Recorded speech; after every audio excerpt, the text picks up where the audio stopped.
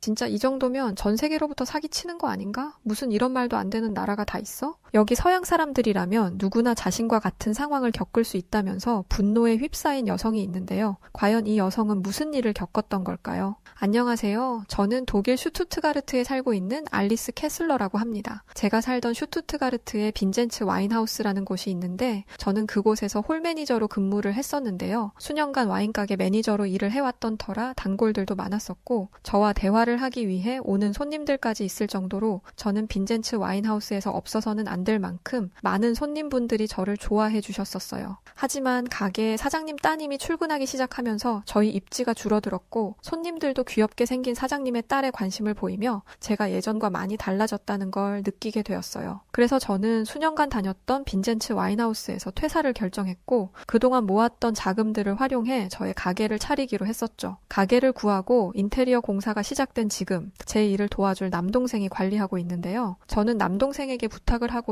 갑작스럽게 여행을 떠나게 되는데 이유는 단순했어요. 유럽인이지만 늘 유럽이 아닌 아시아 국가에 대한 관심이 많았었고 가게를 시작하면 여행 갈 수 있는 시간적 여유가 없을 것으로 생각돼서 인테리어 공사를 하는 동안 공사 관리를 남동생에게 맡기고 저는 한 달간의 긴 아시아 여행을 떠나기로 한 것입니다. 그런데 저의 이런 선택이 저에게 큰 시련을 가져다 줄 거라고는 정말 상상하지도 못했었어요. 제가 야심차게 떠난 곳은 중국인데요. 많고 많은 아시아 국가들 중에 왜 하필 중국으로 떠났는지는 지금부터 제가 하는 이야기들을 들어본다면 왜 그럴 수밖에 없었는지 이해가 가실 거라고 생각해요. 전에는 정말 까맣게 모르고 있던 내용들이었는데 저만 알아서는 안 된다고 생각했어요. 중국은 1997년도부터 구글과 같은 미국 인터넷 서비스를 원천 차단하기 시작했어요. 미국 인터넷 사용을 규제하고 정보 흐름을 통제하기 위해서 그레이트 방화벽을 운영하고 있는데요. 이 방화벽은 외부 웹사이트 접속하는 것을 차단하고 혹은 중국 정부가 원하지 않는 정보나 콘텐츠들을 막는 역할을 합니다. 그래서 중국인들은 이런 정부의 인터넷 규제 때문인지 해외 각국의 상황을 잘 모르는 까막눈들이 많이 있습니다. 실제로 중국에서 중국 사람들을 만나보면서 눈으로 정말 확인한 거예요. 그런데 중국의 젊은 사람들은 VPN을 우회하여 유튜브를 이용하기도 하는데요. 중국에서 유튜브를 하다가 적발되면 중국 정부로부터 처벌을 받는다는 거예요. 그런데 뒤늦게 알고 보니 황당하게도 이런 중국은 이런 VPN 이용권을 돈을 받고 판다는 것이었죠. 중국은 유튜브를 차단하는데 중국에는 굉장히 많은 구독자를 보유한 유튜버들이 몇몇 있습니다. 이 중국 유튜버들은 특이한 특징이 있는데요. 바로 중국인들을 대상으로 영상을 제작하지 않는다는 점이 달라요. 중국 정부에서 유튜브를 제한하고 있기 때문에 굳이 자국민들을 상대로 영상을 만들 필요가 없는 거죠. 자국민들을 상대로 하는 영상 콘텐츠라면 중국 내에 있는 어플이나 동영상 사이트에 올려야 중국인들이 볼 수 있는 거니까요. 그럼 이들은 대체 무슨 영상들을 만드는 걸까요? 구독자가 1200만 명에 이르는 중국 1위 유튜버 리츠치라는 중국인이 있어요.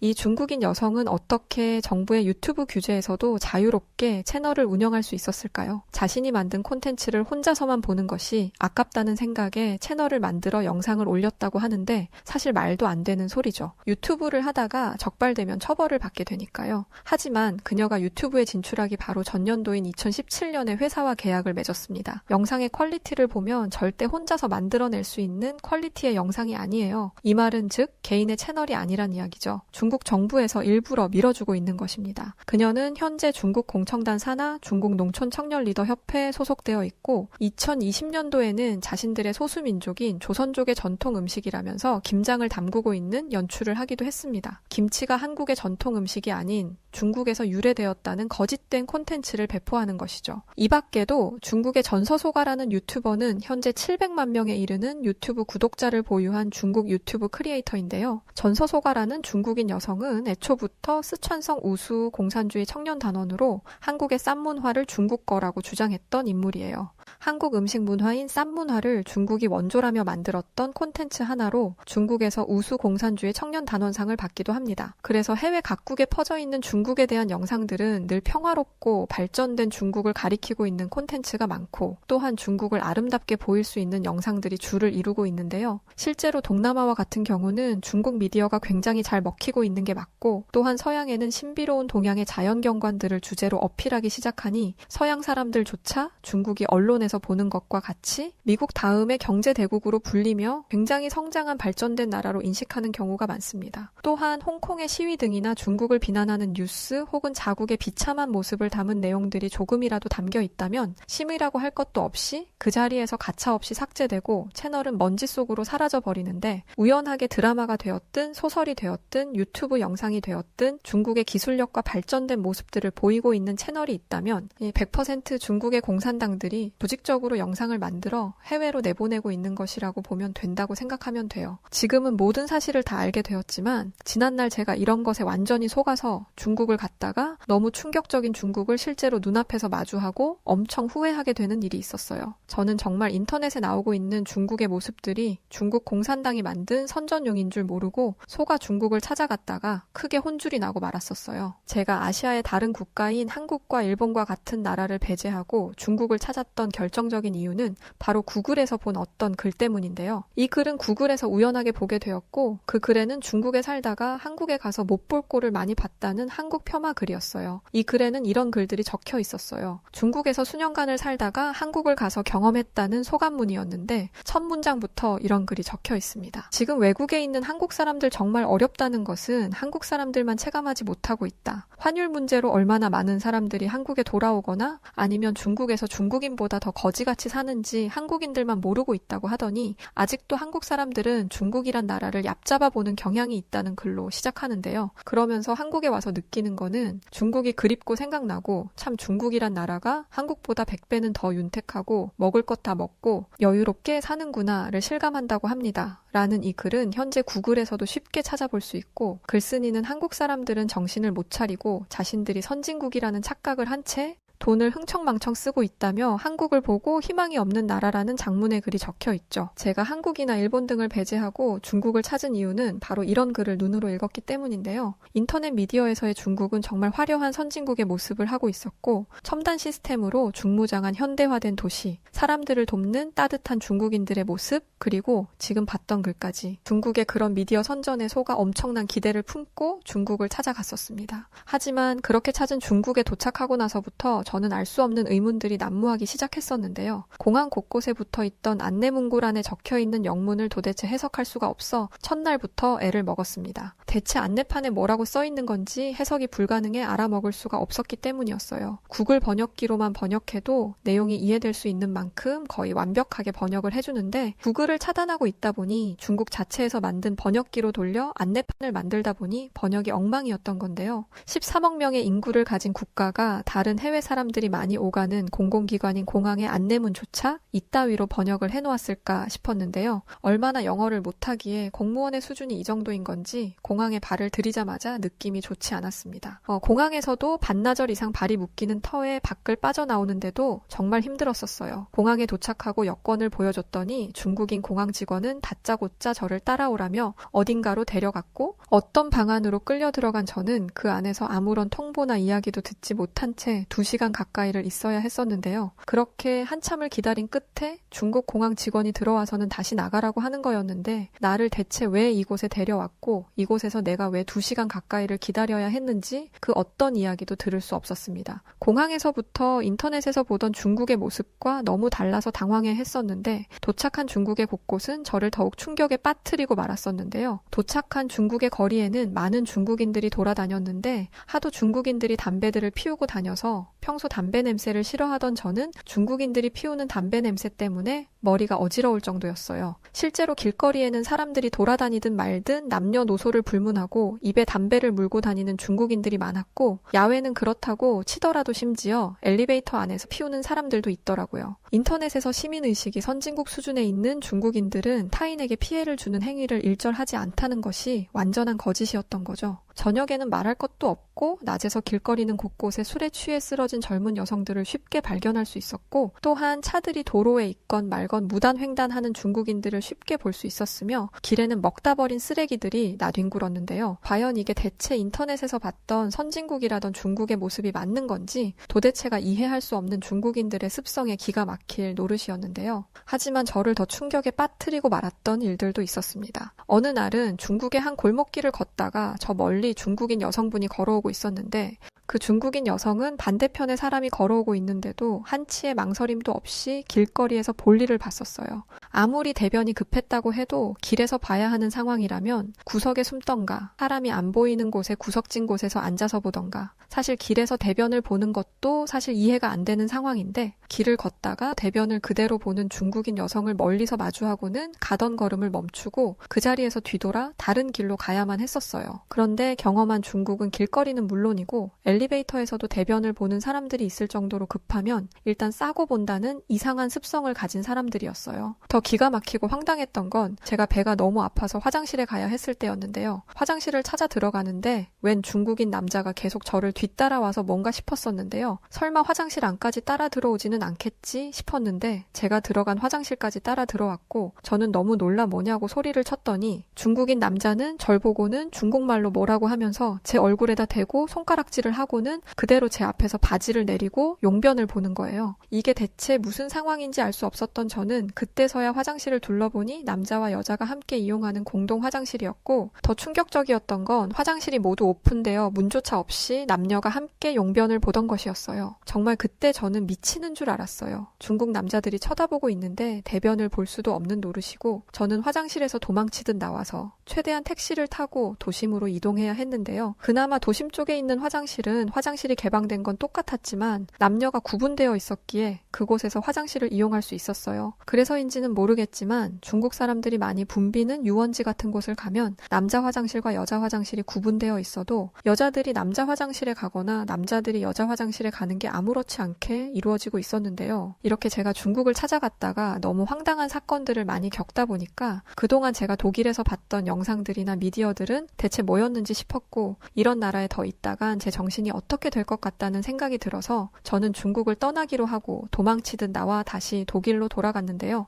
아시아 국가에 대한 좋은 시선들을 가지고 있었던 저는 중국을 경험한 이후부터 아시아라면 정말 치를 떨었을 정도로 싫어하게 되었어요. 그런데 새롭게 오픈한 와인 가게에서 함께 일하던 저의 남동생이 웬 아시아 여자를 데리고 와서는 결혼하겠다고 말한 적이 있어요. 저는 여자친구라면서 호기롭게 데려온 남동생을 밖으로 불러 정말 온갖 욕을 다하며 미쳤냐면서 하필 만나도 아시아 여자를 만나냐면서 엄청 분노했었는데요. 제가 남동생에게 더 화를 냈던 건 분명 제가 중국에서 말도 안 되는 경험들을 했던 걸 뻔히 남동생에게 모두 이야기해줬었는데도 불구하고 저에게 아시아 여자를 소개를 해주고 있으니 정말 기가 찰 노릇이었던 거죠. 남동생은 자신의 여자친구는 중국인 여성이 아니라 한국인 여성이라면서 오해하지 말라고 했지만 한국이나 중국이나 다 같은 아시아 국가인데 나라가 다르면 틀리냐면서 당장 헤어지라고 말하며 남동생에게 단호하게 교제하는 걸 반대했었어요. 하지만 남동생은 저의 이런 반대에도 끝끝내 만남을 이어갔고 헤어지지 못하겠다면 내 앞에 나타나지도 말고 더 이상 와인 가게에도 오지 말라면서 남동생을 밀어냈는데요. 그 이후로 저는 남동생을 만날 수가 없었는데 왜냐면 남동생이 그 한국인 여성과 함께 한국으로 가버렸었기 때문이었어요. 친동생이었지만 어차피 동생이 선택한 삶이니 한국에 가서 제가 중국에서 경험했던 것처럼 지옥을 만나본다면 분명 다시 돌아올 거라고 생각하고는 신경도 쓰지 않고 있었어요. 그러던 어느 날이었죠. 동생에게 이메일이 왔었고 이메일 안에는 한국에서 여자친구와 찍은 사진과 한국을 다니면서 찍은 동영상들이 담겨 있었는데 저는 그 사진들과 동영상을 보고 정말 너무 큰 충격에 빠지고 말았었는데요. 사진 속에 한국은 제가 경험했던 중국과는 너무 다른 모습들이 담겨 있었기 때문이었어요. 동생이 보낸 메일을 보자마자 저는 동생에게 전화를 걸었고 이런 사진과 영상을 보내주면 내가 허락할 줄 알았냐면서 내가 경험한 중국의 수도였던 베이징과 같은 최대 도시는 너가 보내준 사진에 있는 것처럼 현대화된 도시의 모습이었다면서 아마 서울을 조금만 벗어나도 이 누나가 경험했던 것처럼 말도 안 되는 지옥들이 있을 거라고 앞으로는 이런 사진과 영상들을 보내지 말라고 이야기했습니다. 제 이야기만 하고는 저는 그렇게 전화를 끊어버렸는데 얼마 뒤 동생에게 한 통의 문자를 받고 심각하게 고민하게 되고 말았었는데요. 동생이 저에게 보낸 문자에는 자신은 지금 서울에 있지 않고 서울에서 조금 떨어진 인천에 있다고 했던 것이었는데요. 자신이 경험한 한국은 서울을 벗어나 어디를 다녀도 서울과 비슷하게 모든 도시가 현대화되어 있다는 믿을 수 없는 메시지를 보냈기 때문이었어요. 동생이 떠난 한국은 유튜브나 구글과 같은 인터넷 미디어에서 엄청난 성장과 발전을 이룬 대단한 국가라는 걸 한눈에 볼 수 있었는데요. 하지만 이미 중국이라는 나라에게서 제대로 한번 속아본 경험이 있기 때문에 한국도 선전용 영상들을 유럽에 내보내는 광고들일 것이 분명하고 실제 한국의 실상은 중국처럼 처참할 거라고 생각했었기 때문에 절대 믿지 않았었습니다. 그런데 한국으로 간 동생이 직접 찍은 사진들과 영상들은 직접 찍은 것들이기 때문에 거짓일 수가 없었었죠. 그래서 저는 머릿속이 엄청 혼란스러웠었어요. 하루는 안 되겠다는 생각에 가게를 잠시 개인 사정으로 3일간 문을 닫기로 하고 짧게 동생이 있는 한국을 직접 가보기로 했었는데요. 도착한 한국의 공항은 실제로 제가 인터넷에서 봤던 공항처럼 엄청나게 크고 쾌적한 곳이었어요. 제가 살던 독일의 공항과는 비교할 수 없었고 지옥을 경험했던 중국 공항 역시 한국의 공항과는 비교 대상이 아니었어요. 짐을 수령하는 수화물 벨트조차도 규모가 엄청나더군요. 분명 중국처럼 미디어 상에서만 최첨단을 떠들고 있을 거라고 생각했던 제가 중국을 경험했던 것 하나만으로 너무 경솔하게 한국을 판단했던 게 아니었나 하는 생각이 드는 순간이었죠. 공항을 나와 동생에게 전화를 걸었고 예고도 하지 않고 무턱대고 찾아간 터라서 동생도 제가 한국에 왔다는 소리를 듣고는 놀라더군요.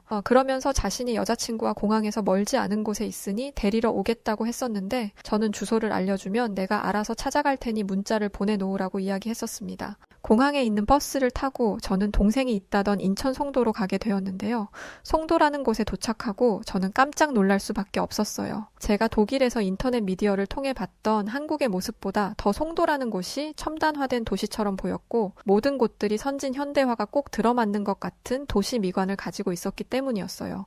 또한 도시 곳곳은 나무랄 곳이 한 군데도 없을 만큼 깨끗한 환경을 가지고 있었고 중국인들과는 완전히 다른 한국 사람들의 여유 있고 편안한 모습들은 물론 강아지와 함께 산책하는 사람부터 어린 자녀와 함께 공원을 뛰어노는 정겨운 모습들까지 제가 경험했던 지옥 같은 중국의 모습과는 완전히 달랐었어요. 그 와중에 제가 더욱 신기해하면서 놀라웠던 건 송도 중앙을 통과하고 있는 깨끗한 강이 있었기 때문인데요. 제가 인터넷으로 찾은 한국은 강이라고 하면 한강 이외에는 다른 강은 볼 수 없었는데 인천 송도라는 곳에는 사실 독일에서 유명한 라인 강보다 더 쾌적했던 강이 흐르고 있었는데요. 송도에 있던 강은 현대화된 도시와 딱 어울릴 정도로 그 미관과 강을 중심으로 있던 다양한 레저 스포츠 시설들과 잔잔하게 흐르는 강 위를 다니는 보트들까지 제가 중국을 만나기 전 아시아 국가를 선망했었던 이유를 그대로 담고 있는 것 같아서 저는 한눈에 반할 수밖에 없었어요. 공원에서 시선을 떼지 못한 채 얼마 있었을 무렵 친동생과 친동생의 여자친구가 왔었고 동생과 여자친구에게 정말 너무 아름다운 강이라면서 나는 한국의 한강 말고도 이렇게 멋진 강이 있는 줄 몰랐다고 했더니 그 이야기를 들은 남동생 한국인 여자친구는 저에게 정말 충격적인 이야기를 해주었었는데요.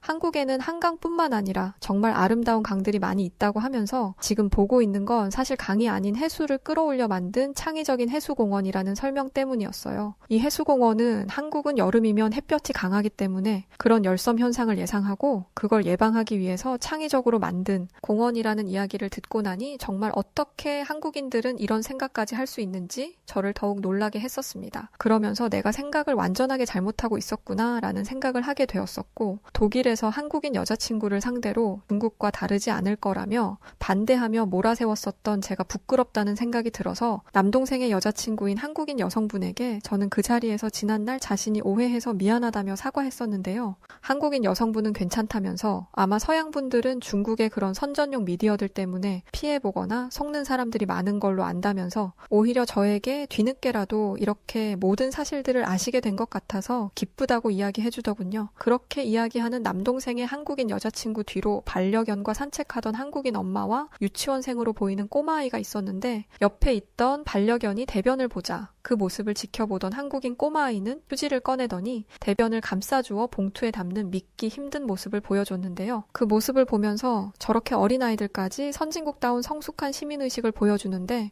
다 큰 중국의 성인 여성이 길을 가다 말고 길에 대변을 봤던 모습들이 교차되면서 참 같은 아시아 국가지만 이렇게 다를 수 있는 걸까라는 생각이 들면서 한국의 선진 문화에 놀라움을 금치 못했습니다. 독일에서 지금 와인바를 혼자 운영하고 있는데요. 동생은 그때 만났던 한국인 여자친구와 결혼을 준비 중에 있었기 때문에 잠시 혼자서 와인 가게를 운영했기 때문이에요. 하지만 결혼식을 독일과 한국 두 군데 모두에서 치를 예정이라서 본의 아니게 저는 또 한 번 동생의 결혼식에 참석하기 위해서 한국을 가야 하는데요. 제가 결혼식을 하는 것도 아닌데 전 단지 한국을 다시 갈 수 있는 기회가 생겼다는 것 자체만으로도 너무 좋아서 요즘은 제가 운영하는 와인 가게에도 한국 노래를 틀어놓고 하고 운영할 정도로 한국이라는 나라를 좋아하게 되었습니다. 자, 오늘은 서양에 퍼져 있는 중국의 선전에 속아 생지옥 같았던 중국을 경험했던 알리스 캐슬러 씨의 이야기를 담은 사연이었습니다. 오늘 사연 어떻게 들으셨나요? 오늘의 사연이 마음에 드셨다면 구독과 좋아요 눌러주시고요. 구독과 좋아요는 해외 다양한 감동적인 사연들을 소개해드릴 수 있는 힘이 됩니다. 그럼 지금까지 여우튜브 송은지였고요. 끝까지 시청해주신 모든 분들 감사합니다.